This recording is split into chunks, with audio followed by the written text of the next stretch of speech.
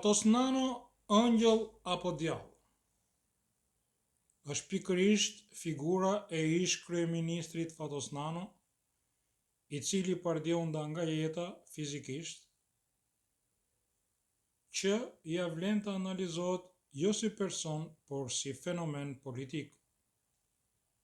Megjithse ka 20 vjet, pra fiks 20 vjet, që është tërhequr nga jeta politike aktive, Fatosnano mbetet një element, një fenomen politik për të studiuar jo vetëm nga politikanët aktual, por dhe nga brezat që do të vinë, për faktin sepse ishte një fenomen ose një person i cili solli disa risi të rëndësishme në historinë politike të Shqipërisë. Së pari, pati guximin që të merrte fatet e Shqipërisë në dorë në fillim të viteve 90, kur merhumët e byros politike e lanë Shqipërinë me 6 ditë bukë, si dhe me një buxhet ekonomik të rrënuar. Fatosnano, me formimin e tij qytetar, intelektual, si profesor i ekonomisë, arriti që Partinë Komuniste, e cila ishte partia më ortodokse dhe më obskurantiste në planet për sa i përket filozofisë komuniste që përfaqësonte, ta kthente pra Partinë e Punës në Parti Socialiste e pranueshme për Internacionalen Socialiste Europiane.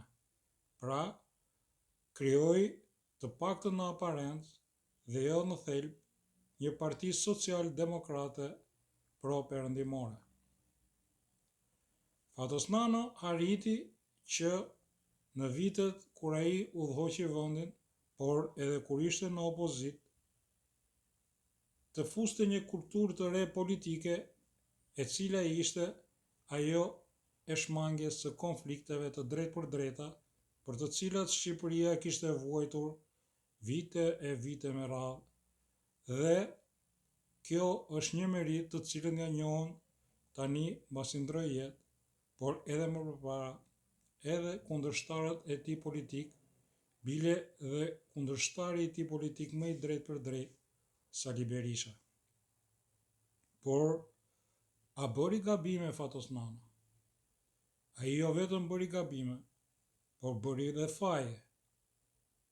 Për faktin, sepse ashtu sikur edhe qeveritë që do të vinin më pas nga të gjitha krahët, filloi një korrupsion galopant, nga i cili vuan Shqipëria edhe sot e kësaj dite.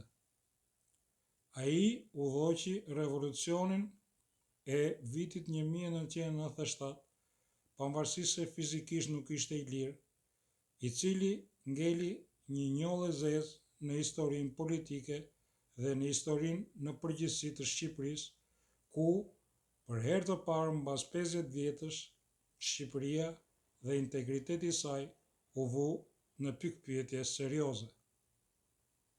Por, gjithashtu, edhe nga pikpamja ekonomike, me liberalizmin e tij, ai arriti që të shkaktojë një kaos ekonomik dhe Shqipëria, duke filluar nga Tirana dhe qytetet e tjera, vuajti për vite me radhë deri në vitin 2005 nga errësira e cila e dëmtoi Shqipërinë jo vetëm nga pikpamja psikologjike, pasi njerëzit rinin me orë të tëra pa drita, por edhe nga pikpamja ekonomike për faktin se ato pak fabrika apo biznese që punonin, vuanin nga mungesa e energjisë elektrike. Them se ishte jo gabim, por faji i tij, për faktin sepse vetëm pak muaj mbasi Partia Demokratike mori pushtetin, Shqipëria kishte 24 orë drita, siç vazhdon të ketë edhe sot e kësaj dite. Një gabim tjetër ose një faj pafajshëm ishte ai i vitit 2005, kur megjithse pranoi pushtetin politik në rotacion, Fatosnano pa interesat e tij personale në krahasim me ato të Partisë Socialiste. E shiti Partinë Socialiste tek George Soros dhe ra dakord që në krye të saj të ishte ai që dhe sot e kemi kryeministër Edi Rama. Se çfarë dëmesh i ka bërë Shqipërisë këto 13 vjet. Partia Socialiste e rilindur e George Sorosit, e përfaqësuar nga Edi Rama, këtë po e vuaj në kuriz të gjithë shqiptarët e thjesht dhe ajo rini e cila në këto 13 vjet po bën 1 milion njerëz shqiptarë që po largohen nga vendi dhe shumica e tyre jo vetëm nga varfëria, por edhe nga ajo që është kryesore, mungesa e drejtësisë, që të thotë se ky vend ngadalë po bëhet i pajetueshëm për njerëzit e thjesht, për shqiptarët e thjesht, për ata që kanë biznese të vogla, përveç se patronazhistëve dhe antarëve të Partisë Socialiste, të cilët kryesisht janë të punësuar në administratë dhe përbëjnë hambarin e votave dhe faktorin kryesor që Partia Socialiste vazhdon të jetë në pushtet, pavarësisht skandaleve të jashtëzakonshme gati të përditshme dhe vjedhjeve të miliona eurove nga buxheti i shtetit dhe nga buxheti i bashkive kryesore të vendit. Është rast i paprecedent në historinë politike të vendeve normale që kryeministri tashmë ka mbetur i vetëm, i paprekur nga drejtësia, ku të gjithë bashkëpunëtorët e tij ose janë në burg, ose janë me çështje penale të hapura, ose janë në arati, dhe kryeministri qëndron aty ku është. Pikërisht kjo bën dallimin me qëndrimet politike të Fatos Nanos, prandaj dhe thash që në fillim të analizës sonë se Fatos Nano nuk duhet të studiohet personalisht, por si fenomen politik. La një parti socialiste solidare, e cila sot nuk ka më asgjë socialiste.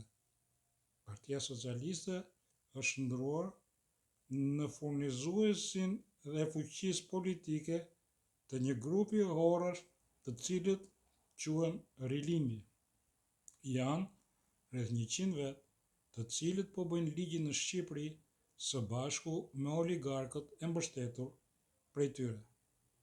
Por zhvillimet e fundit politike, ku kryetari i Bashkisë së Tiranës tashmë ndodhet në burg dhe zëvendës kryeministra ndodhet e thirrur në SPAK, tregojnë se besoj që filozofia e solidaritetit të Fatos Nanos dhe e liberalizmit të tij do të rikthehet në Partinë Socialiste për të mirën e saj, por dhe për të mirën e vendit, duke e konsideruar këtë parti si një aset kombëtar i domosdoshëm për një funksion normal të politikës së vendit.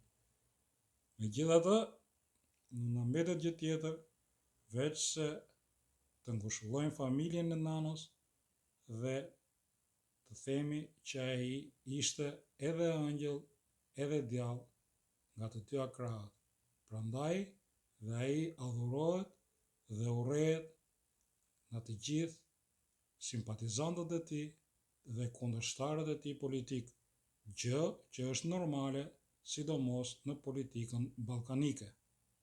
Bashk, mirupafshim. Let's go.